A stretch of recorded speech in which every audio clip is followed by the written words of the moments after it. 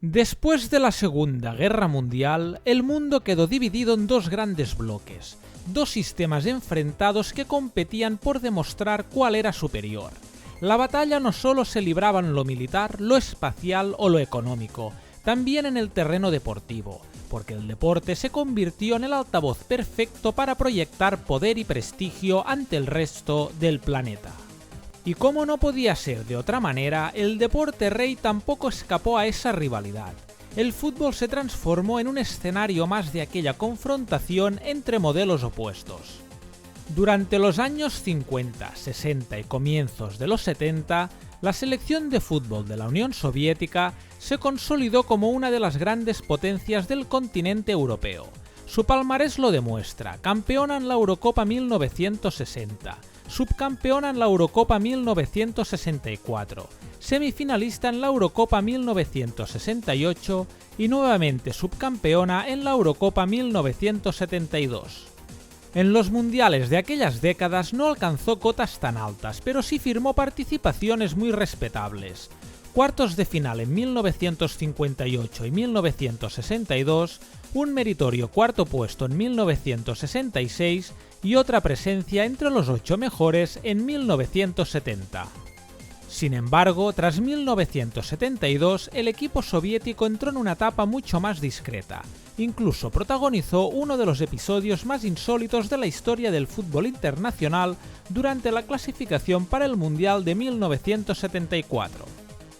En el partido de vuelta del repechaje ante la selección de fútbol de Chile, disputado en Santiago, la Unión Soviética se negó a saltar al campo alegando razones políticas y de seguridad. El encuentro se escenificó igualmente. Los jugadores chilenos movieron el balón, avanzaron sin oposición y marcaron a portería vacía. Apenas unos segundos bastaron para que el árbitro señalara el final. Pero en los años 80 volvió a surgir una nueva y brillante generación de futbolistas soviéticos, un grupo de jugadores que devolvió la ilusión a todo un país y que encontró su reflejo también en los éxitos de sus clubes. Equipos como el Dinamo de Moscú, el Dinamo Tbilisi y sobre todo el poderoso Dinamo de Kiev volvieron a colocar al fútbol soviético en el mapa europeo, con grandes actuaciones en la Recopa de Europa. Aquellos éxitos reavivaron un viejo sueño: ver a la selección de fútbol de la Unión Soviética coronarse en la competición más prestigiosa del planeta. Sin embargo, cuando llegaron las grandes citas mundialistas, las interpretaciones nunca fueron unánimes. Algunos sostienen que la Unión Soviética jamás terminó de competir con la frialdad necesaria en los momentos decisivos. Otros creen que el infortunio volvió a cruzarse en el camino del fútbol del Este.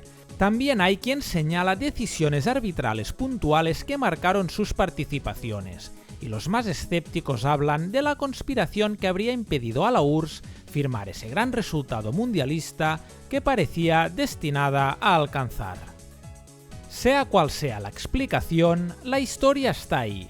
Juzguen ustedes mismos. 14 de junio, Estadio Ramón Sánchez Pizjuán.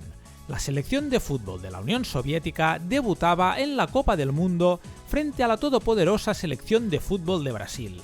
El árbitro era el español Augusto Lamo Castillo y en el palco observaba atentamente João Havelange, presidente de la FIFA.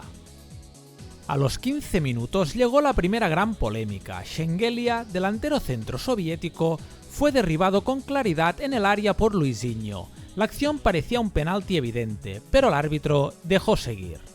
Poco después se adelantó la URSS, pero Brasil reaccionó y empató con un auténtico golazo de Sócrates. Con el 1-1 en el marcador llegó otra jugada que todavía hoy levanta discusiones. Un balón cayó en el área brasileña buscando a Oleg Blochin. De forma increíble, Luisinho sacó el brazo para impedir que la pelota llegara al delantero ucraniano. Blochin se quedó perplejo. El árbitro miró a su asistente y el juego continuó.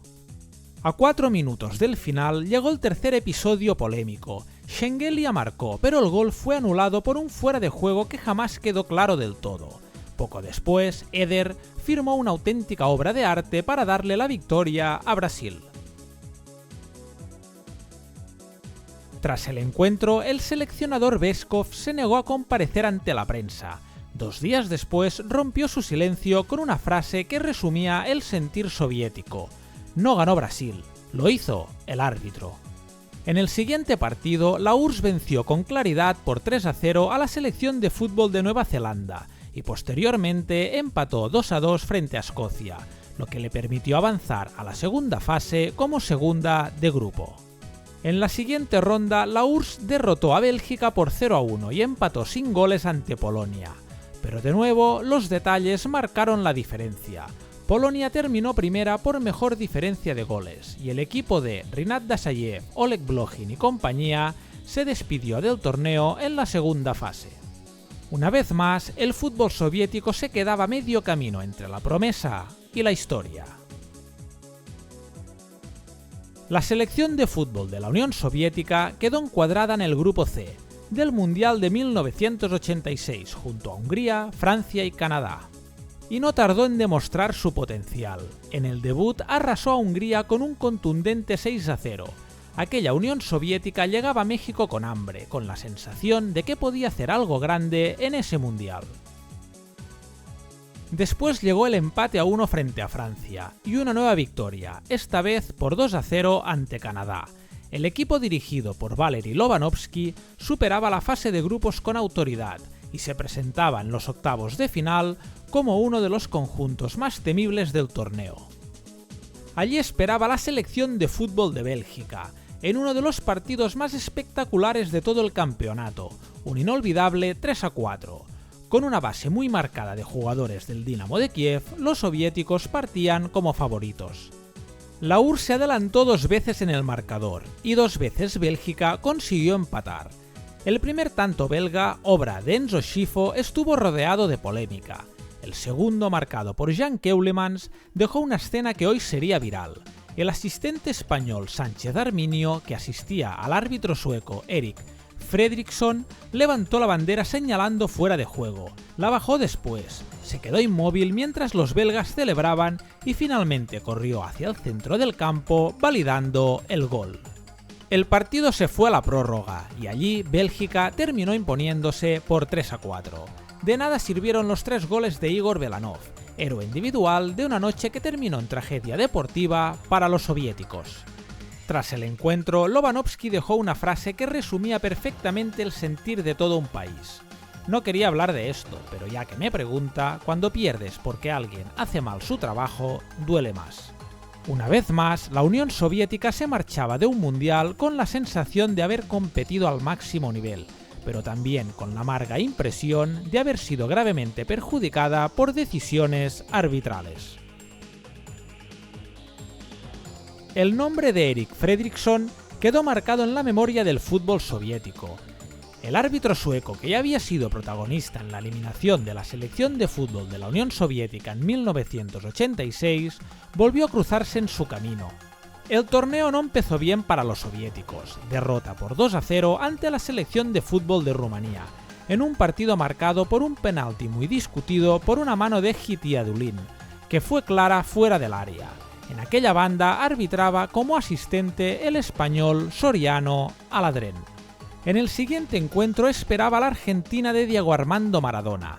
Ambos equipos llegaban contra las cuerdas, después de que la sorprendente selección de Camerún hubiera revolucionado el grupo venciendo a la vigente campeona en el partido inaugural. Argentina acabaría imponiéndose por 2-0.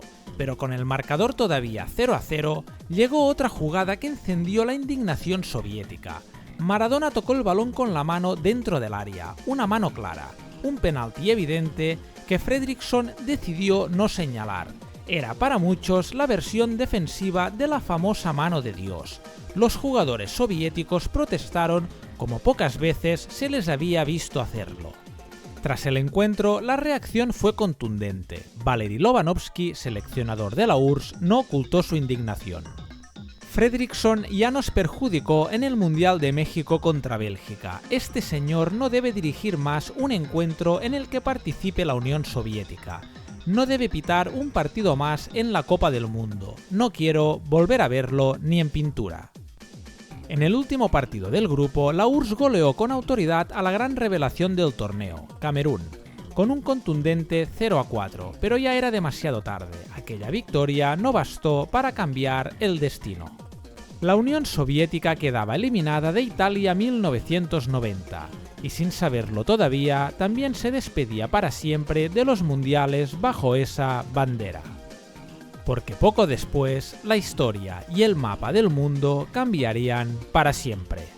Y hasta aquí una nueva entrega de Balón de Acero, la sección dedicada al fútbol del Este dentro del Día del Balón, un espacio que también rinde homenaje a los orígenes de este proyecto y a las historias que nos trajeron hasta aquí. Gracias por haberme acompañado este año a través de los relatos de fútbol retro, de aquellas selecciones, clubes y jugadores que marcaron una época y que siguen viviendo en la memoria del deporte rey. Si te ha gustado el vídeo y quieres apoyar el canal, ya sabes que te puedes suscribir. Muchas gracias por ver el vídeo y hasta la próxima, camarada.